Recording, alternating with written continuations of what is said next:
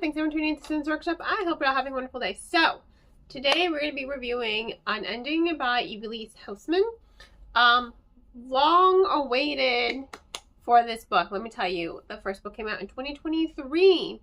Unseelie, fellow twins, Isolde and Isolde, who goes by the nickname of Seelie because everyone thinks she's a changeling. You know, quick synopsis of book one. She's a changeling. They fight a dragon by the end of the book. They awaken a great evil. Turns out maybe she's not a changing in the way that we think, you know? Because the mom went into Fey Realm and said, you know what? I'm going to take both of these daughters. They're both mine. So suck it. So that's really sweet. I love the bond between Isolde and Isolde, and I continue to love the bond. I thought this book was not happening. You know, first book came out in 2023. This one came out in 2025. I thought this was not going to happen. So happy and thankful to the publisher for sending me a copy of the book. I absolutely loved it. This book is so different from the first one, but in a good way because it's a dual POV now. Now we have not just Isolde's point of view, but also her sister Isolde. And I don't remember her having a point of view in the first book. Maybe I'm mistaken. Maybe I'm misremembering. Again, it's been a while since I've read that book. I do think that this book does a really good job of recapping without info dumping what happened in the first book, you know? So I was able to reorient myself with who these characters were, with what happened in the previous book, and I understood, okay, these are the character dynamics, this is where we're at, let's get into it. I was not confused at all, and I think that that's really good writing on the author's part. The author is neurodivergent. You know, you can do some more research on your own, but about what she specifically has, because I don't want to misrepresent what she has.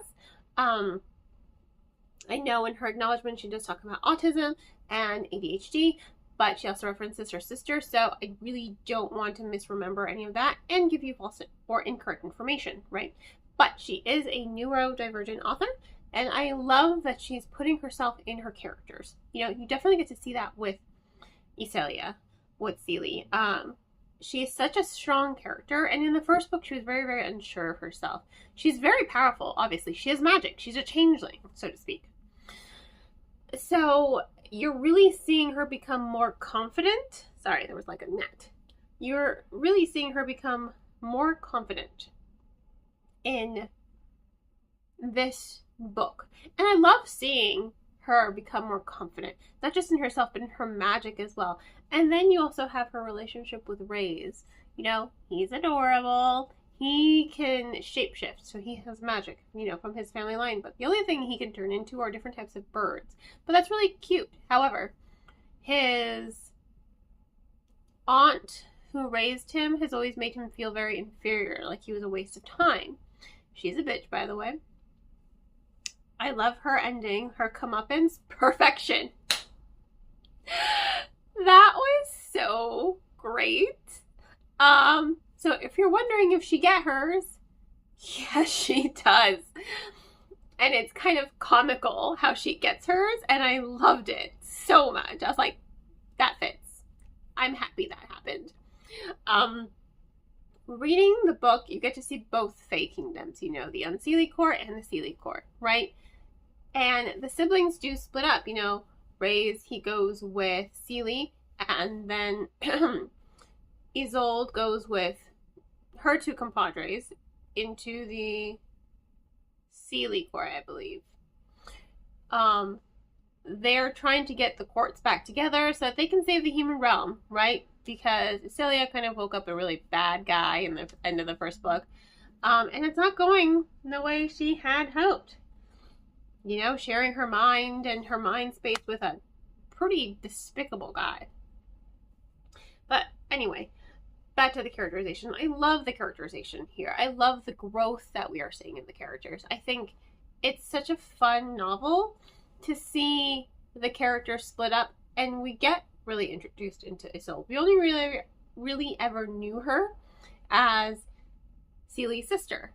You know, the master thief, the one who can pick any kind of lock, who can go unseen. She's such an interesting character, you know, and she's such a good opposite from her sister. but you also get to see the devotion and love she has for her sister and the belief she has in her sister. She has never once in her entire life made Seelie feel bad for her magic, for her origins, for any of it. Sure, she'll chastise her for some of her decisions because they do warrant chastising, not gonna lie.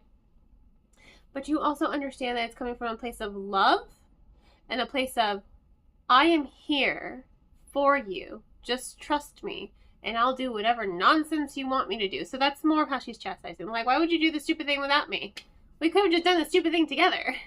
Like, it's like, it's not your job to do the stupid thing. It's my job to do the stupid thing. So I love the sisterly dynamic between the two characters. I love how much they care for one another. I love how they are such a unit. And that goes for all of the characters, even Ray's.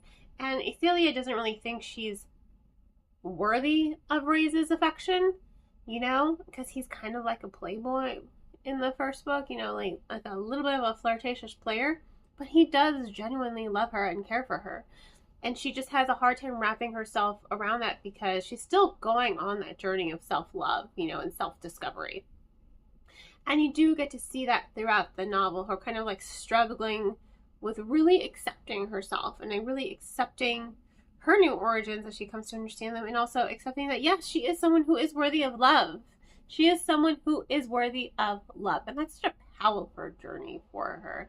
So, the baby dragon as well, absolutely adorable. Absolutely adorable.